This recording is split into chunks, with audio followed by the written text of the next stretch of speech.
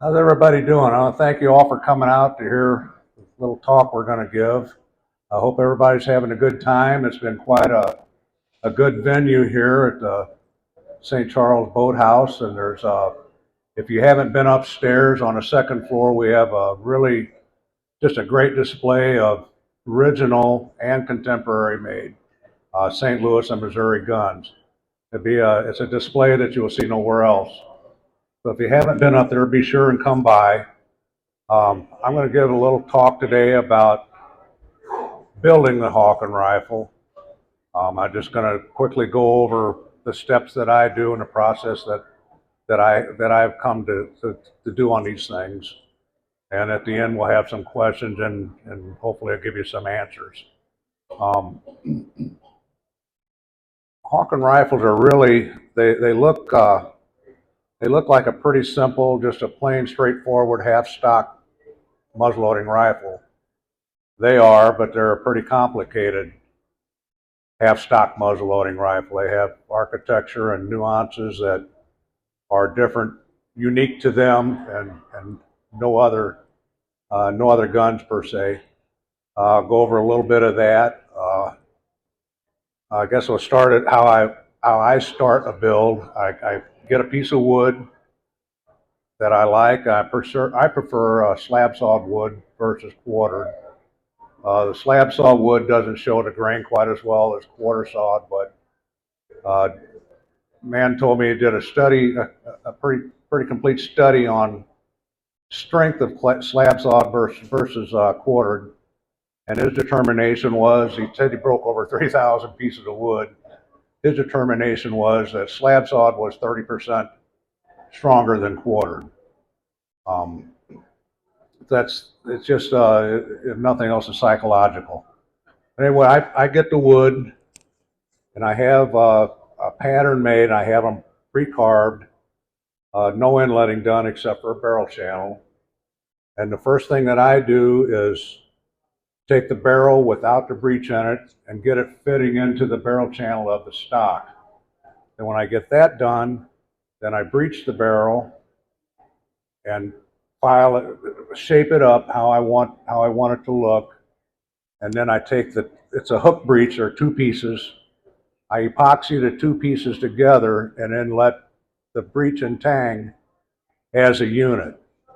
And once I get that accomplished, then that locates the position of the lock plate, the lock, which determines where the triggers go, which determines the length of pull. So if you have to, it's a definite progression, starting with the barrel and the breech, and the lock is positioned properly, and the triggers with that, and from the trigger, I measure the length of pull that I want, and that's where the butt plate goes.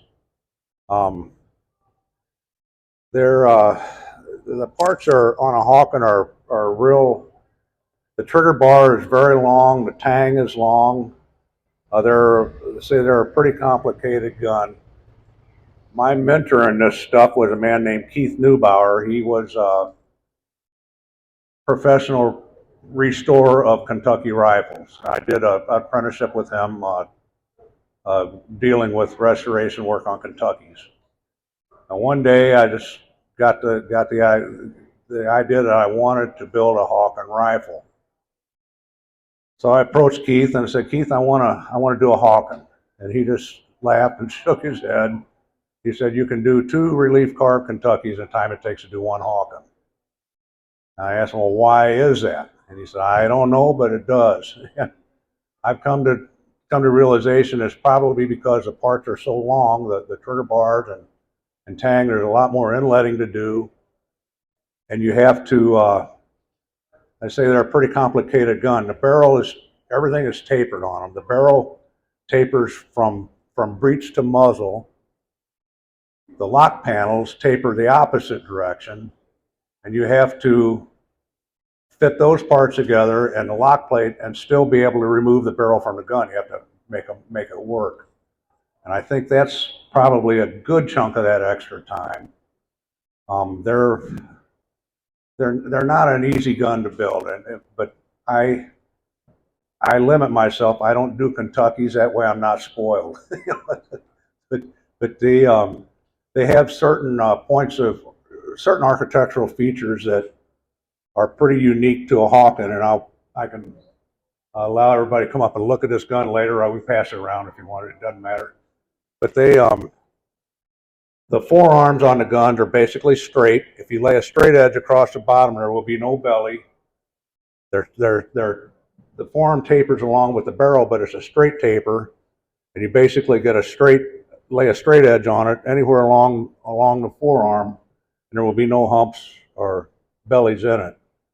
The bottom line of the buttstock is straight or concave very slightly, straight up to about where the back trigger is, and then it makes like a bend, and they're straight from the front trigger to the bottom of the forearm. So yeah, it gives the optical illusion that there's a belly in the buttstock, but there really isn't. There are two straight splanes that meet in the middle. um, and that's the bottom line of the gun. The top of the comb is basically straight until it gets up to the end of it, and the last half inch or so kind of falls off from being straight. If you look at them from the side, on the side of the stock, there will be a very subtle, very slight high spot that starts. It makes an S, starts up at the heel of the butt, down through the middle of the stock, and curves back up through the wrist and over the top of the lock panels. And it does the same thing on the other side, which is not quite as noticeable because the cheek piece is there, but if you look, it'll have the same feel as the other side. The lock panel that I mentioned before are tapered they're wider at the front than at the back, and it's a little bit of a trick to get the lock plate to set flush in the wood and against the barrel correctly while maintaining those angles. It's a little tricky. Um, in a nutshell, that's pretty much the architecture of a Hawken. The bottom along the toe line of the stock is flat, and it changes to the roundness of the front of the triggers, and it makes that transition right at the back of the back triggers where they change from flat to round. In a nutshell, that's pretty much the architecture. I start with the barrel and tang, locates my lock, which locates the triggers and the butt plate, and then the forearm. I get a lot of time in the forearm to get the ramrod hole through there where it's straight and there's no gap between the ramrod and the underrib on the barrel. This gun is a copy of my original, which I use as a pattern for my S Hawken half stocks. The original is probably a 1850 to 55 period gun, and that was the basis of the state rifle also. It's pretty much the same gun as this one. I only build them in 54 caliber because I don't like custom ordering barrels because you can wait sometimes a year to get the barrel that you want. So I keep them standardized, 36 inches long, tapered from 1.125 at the breech to 1 inch at the muzzle. The finished guns weigh about 10 1/4 or 10.5 pounds, depending on the wood and whether or not they've got a box in them. The original guns are generally pretty plain. Some of them have engraving. Some have patch boxes on them, with and without engraving. This gun, I have the original upstairs on the second floor. It has an engraved lock plate, but nothing else. No box, no engraving any other place. It's just a very basic gun. Uh,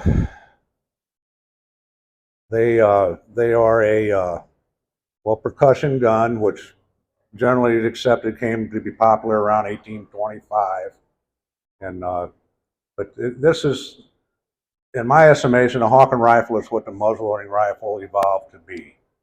They were very very popular from the fur trade through the gold rush, westward expansion on up to the Civil War, when they were eventually displaced by powerful breech loading uh, Sharps and Remingtons and things like that.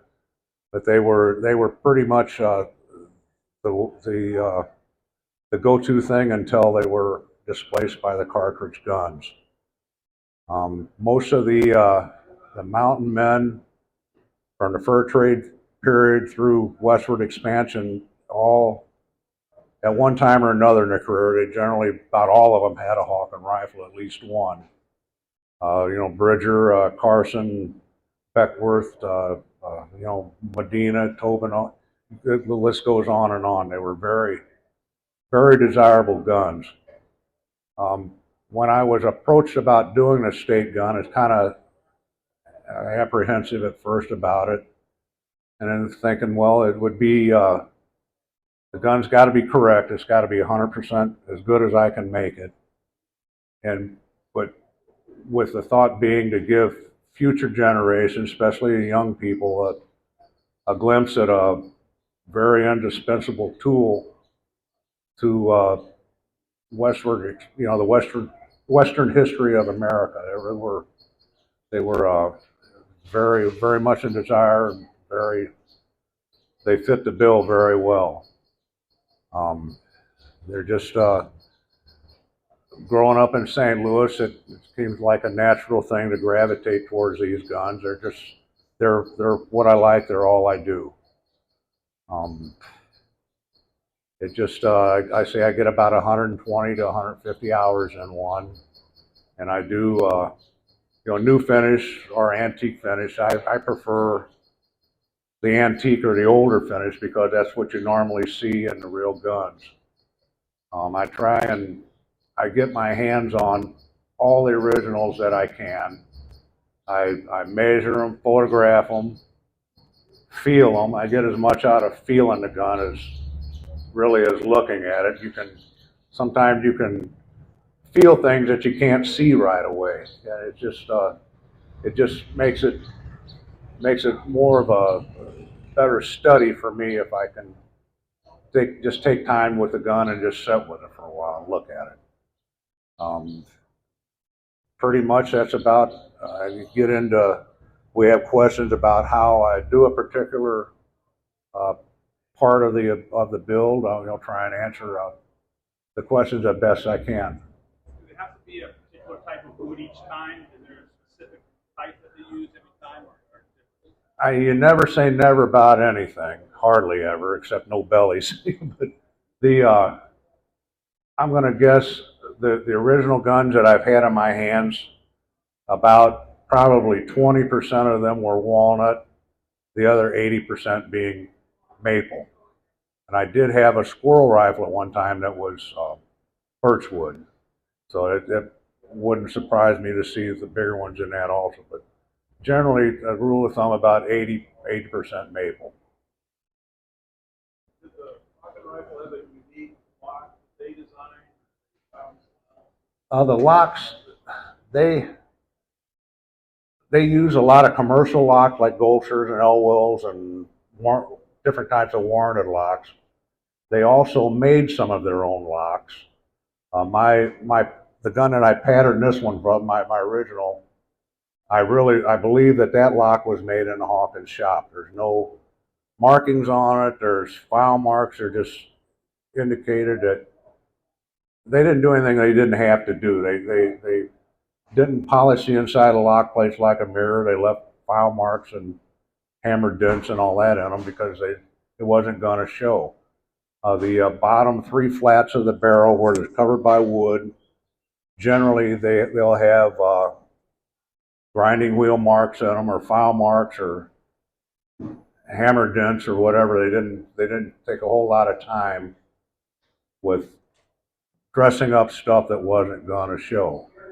Um, I restocked a original gun a few years ago that had been restocked.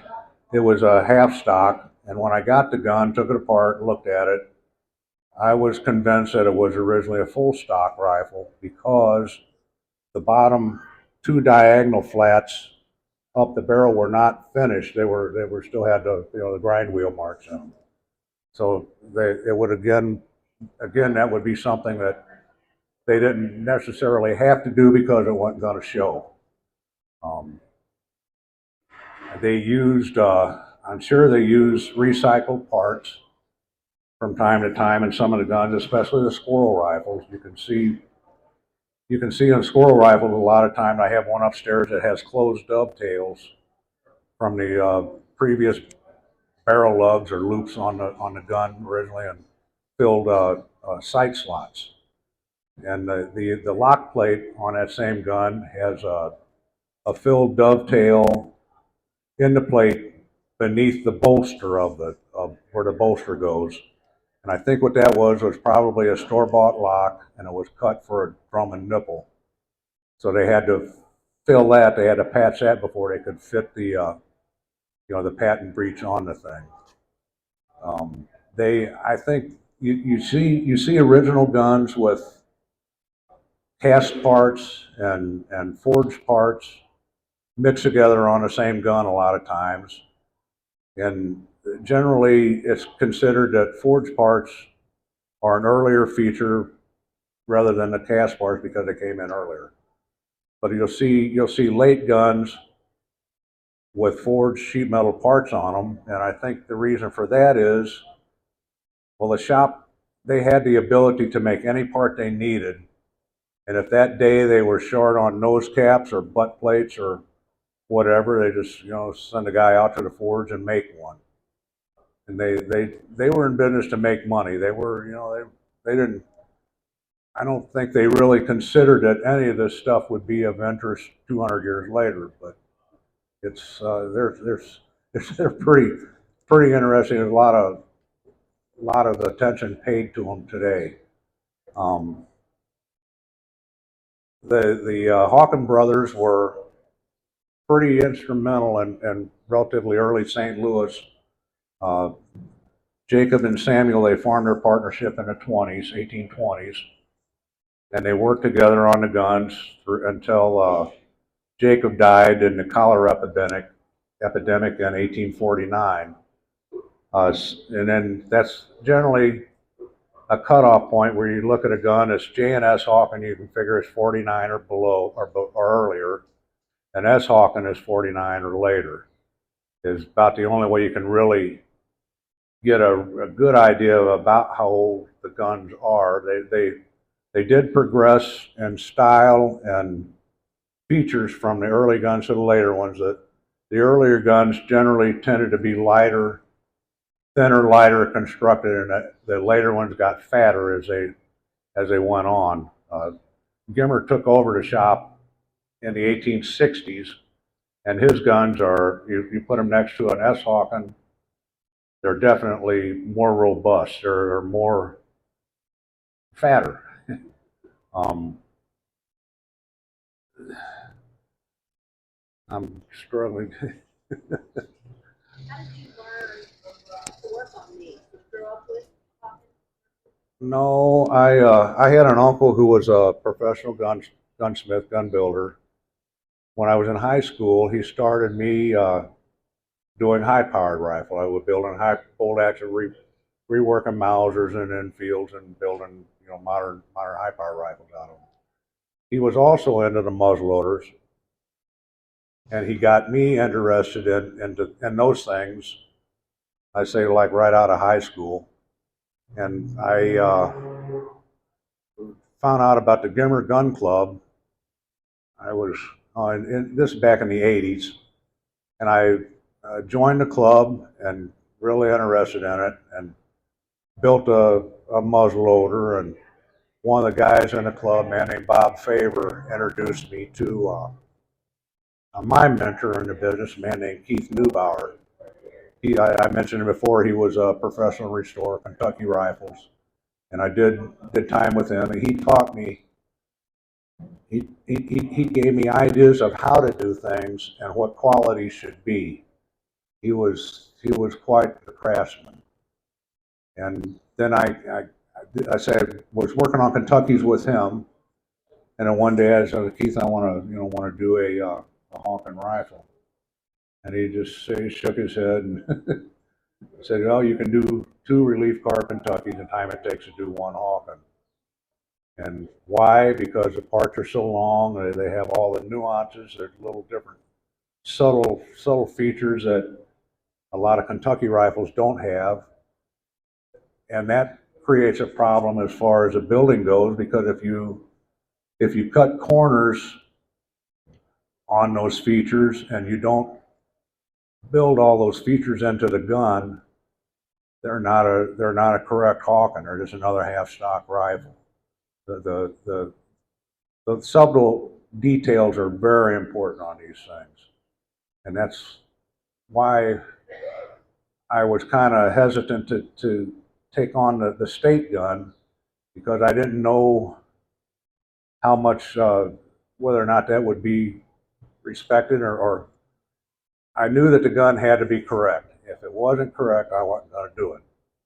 But it was a bipartisan effort. I had a Democrat and a Republican state representatives that massaged it through the legislature, and it passed.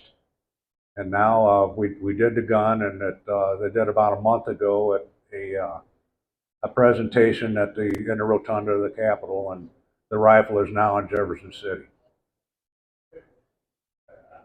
Is there specific measurements that locate the breech to the lock and then the lock to the trigger? Because of course they have to be perfectly aligned for function. Yeah, the question is there a relationship between the breech and the locks and things? There is. I base everything.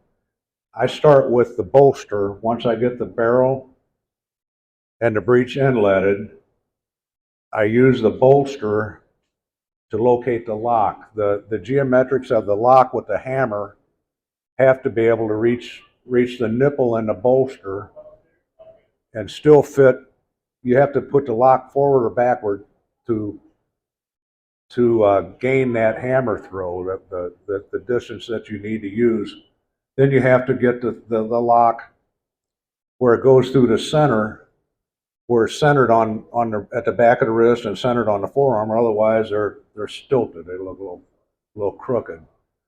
Well, once I get the lock situated where I want it, the sear of the lock has to engage the triggers in a particular point too. Then that locates the triggers front to back, which in turn locates the whatever length of pull you want. You measure that off the front trigger to the center of the butt plate, and that determines the length of pull on the guns. Are there specific dimensions for the Hawken that are consistent in those relationships, or are you eyeballing? Yes and no. They're the original guns. They were hand built by Jake and Sam. Didn't do all of them. There were other people working on them. So there's variations. No 2 guns are exactly alike, but they all have a set of parameters that they fit into. And if they don't have that, they're not right.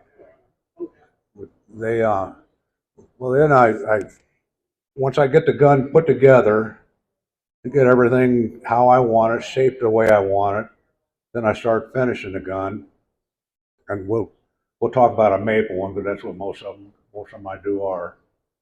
I get the final. I do the actual final shaping with sandpaper at the end when I sand the gun, and when I get it how I want it, I have a mixture of nitric acid, water, and I dissolve some. I save the barrel filings when I draw file barrels. It gives like almost like steel wool. It looks like, and I dissolve some of that in the nitric acid, which you have to do outside because it's pretty nasty stuff. And then I use that, I put it on the stock, then heat it with a heat gun. And the heat gun will will cause the acid to stain the wood like a chocolatey brown color almost. And then I use to put the finish on. I use a exterior spar varnish, like a satin finish or satin textured varnish, and I thin that out with some alcohol or mineral spirits, or it doesn't really matter. Just thin it out. I put a little bit of Japan dryer in it, and then I use 400 grit, excuse me, 400 grit auto body paper, wet dry auto paper, and I'll take about maybe a 2-inch square of that, dip it in the varnish, and I use that to apply the varnish to the wood. Wet sand it as you go. That puts a varnish on the wood, and it also, as you sand it, it fills the grain of the wood also. Oh, thank you.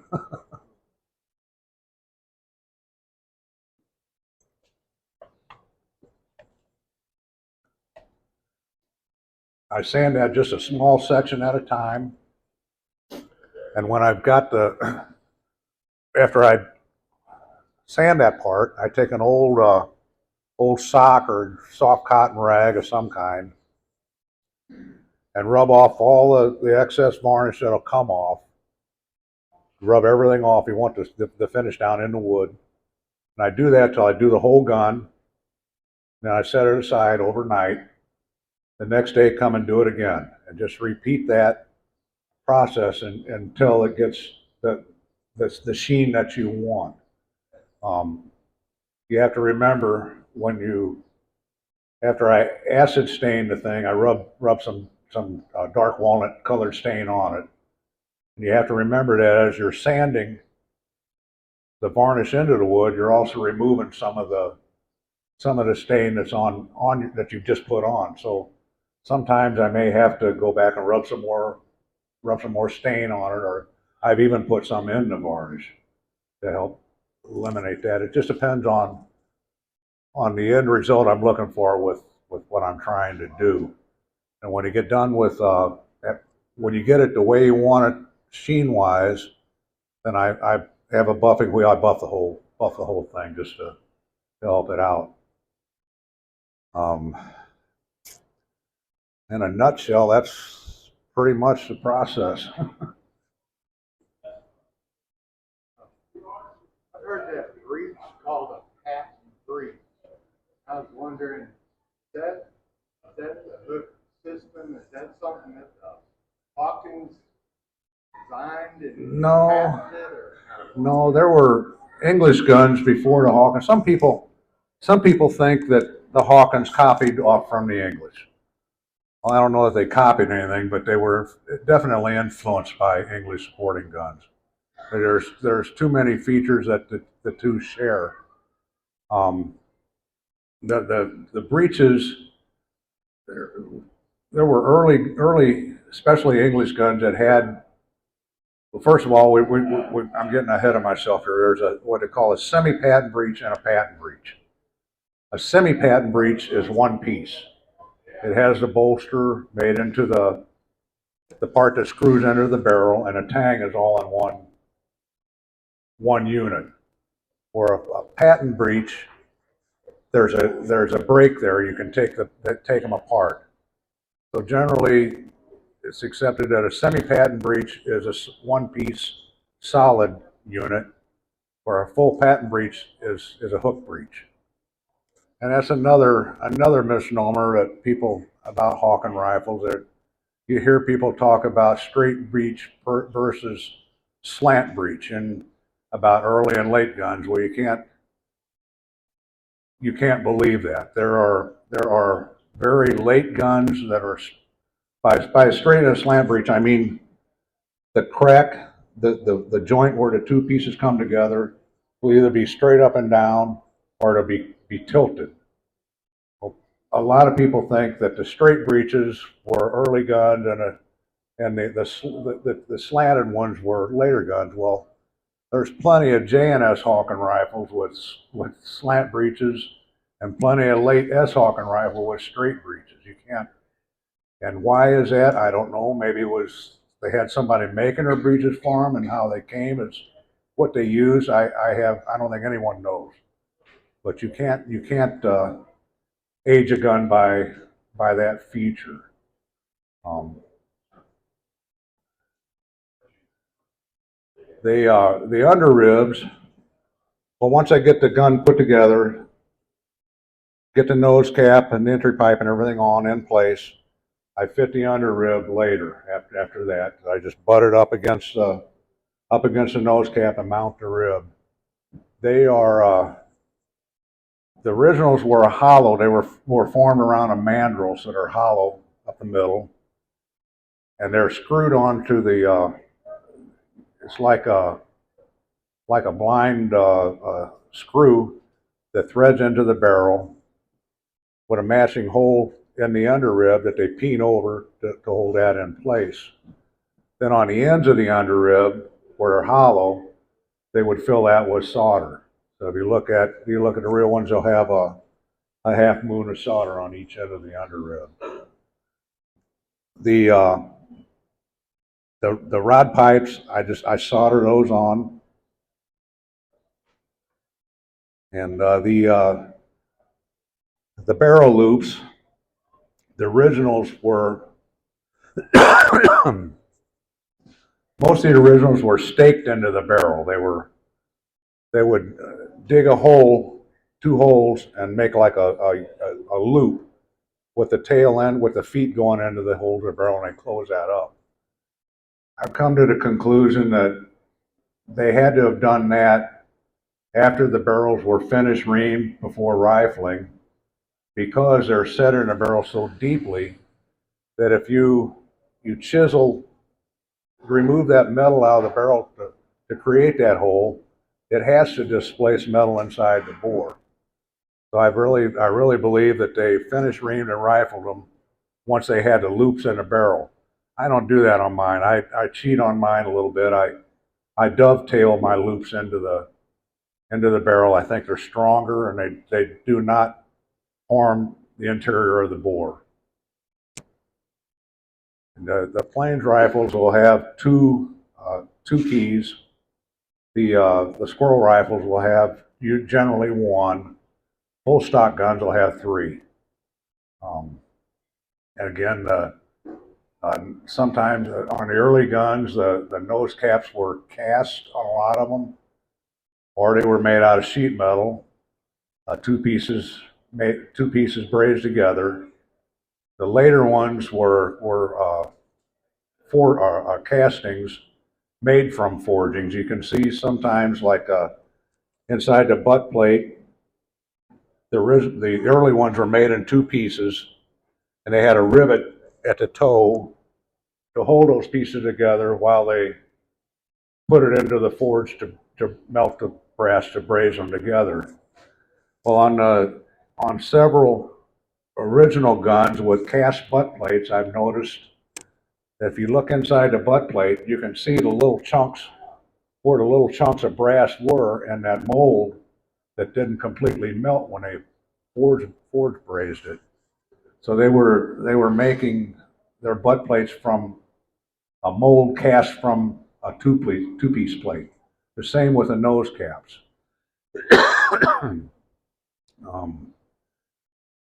The nose caps were held on by a screw coming down from the inside the barrel channel. A lot of the later guns, the entry pipe was held on by a screw coming from the bottom of the barrel channel also. I put a flange on mine with a pin through it, is the way I attach mine. I think it's just a better way of doing it. Either one is, you can't call either one wrong. There are few variations in them that you can't say is wrong, but not a whole lot. This is a several part question, so I'll just, if that's okay, if I can Yeah. answer like. So the first question is, what's what's the effective range of the rifle? Well, we have a match. We belong to the Gimmer Gun Club. We have matches once a month. And we have a match, a silhouette match we haven't had for a little while, but it goes to 200 yards. 200 yards is pretty good way with iron sights, you know. But they're very effective, at least to that far. And how many would you just guess that are still around? So if you took at that match, you took all the rifles and shot them, the ones that are most accurate, what part of the rifle would you attribute to that being the most key part of the rifle when you analyze the rifle? As far as the accuracy. contributing to the accuracy of the gun, well, the first thing would be the bore, the condition of the bore, and again, you get into twist rates and all kinds of stuff. Generally, I build my guns with anywhere from 60 to 72-inch rate of twist. I can't really tell a difference in them. Probably the best shooting gun I own is a 60-inch twist. But if you get into heavier charges, you probably want a little bit slower twist. So I build, again, I say I can't really tell the difference between 5 and 6 feet per rate of twist. So I generally make my guns 66 inches, right in the middle. They've all shot very well. I use rice barrels. I used to use Bob roller lock and triggers, but Bob's not making them anymore. But Davis lock and triggers are very good. They're what I use, along with the rice barrel. The parts, I get my parts the same as anybody else. Track of the Wolf or usual supply houses. I have my own stock pattern. I don't use any of the other ones, but I have, and I do basically two guns, either an S Hawken like this, or an earlier style J&S Hawken rifle, which I have one of those upstairs up there too. Architecturally, there's quite a bit of difference in them. But those are the two variations that I do.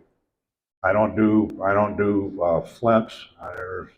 I've seen one original St. Louis, unquestionable original, unaltered St. Louis flintlock rifle, J&S Hawken rifle, and it doesn't look like we think St. Louis Hawken should look.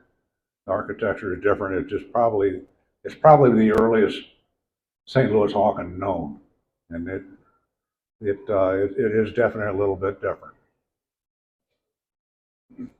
Take the barrel off, clean it. Yes. Is it wear and tear problem? No. No, not when they're fitted properly. It'll never lose. I've had the barrel out of this gun probably 200 times. You know, it's just you fit them properly. There's no real wear on the thing by doing that. The way I clean my gun, I boil water and I put some Murphy's oil soap in it, just enough to make the water cloudy. Hot water, take the nipple out, put that into the pot of water, and I take a cleaning patch like double-sided diaper flannel with a cleaning rod, and I put the breech into the barrel into the water and flush it out with that cleaning rod, and it forces water through it. And after you do that a few times, the barrel will get hot enough that you don't want to hold it. When it gets warm like that, that's what you want. I turn it upside down, muzzle down, let any water that's in there run out, and let the heat in the barrel dry it. And that's the best way that I've found to clean the gun. You know, when you get done, just whatever, I don't like WD-40, but whatever kind of preservative, oil rust preventative oil that you like, put a little light coat of that on the barrel, and on the outside, you're good to go.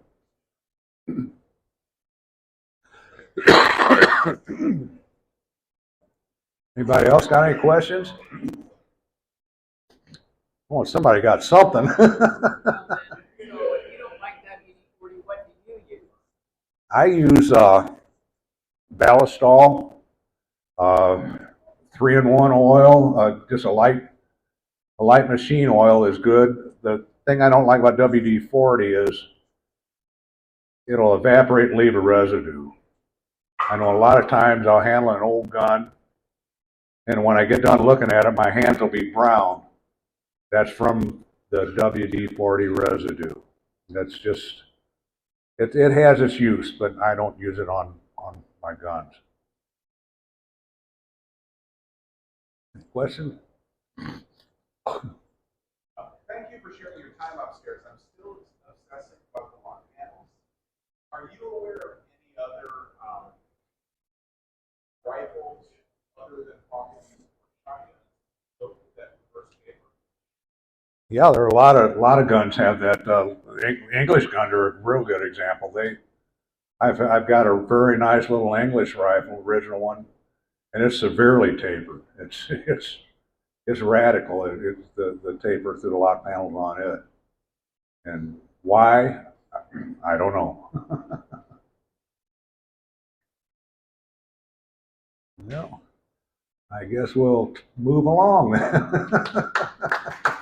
Thank you all for coming very much.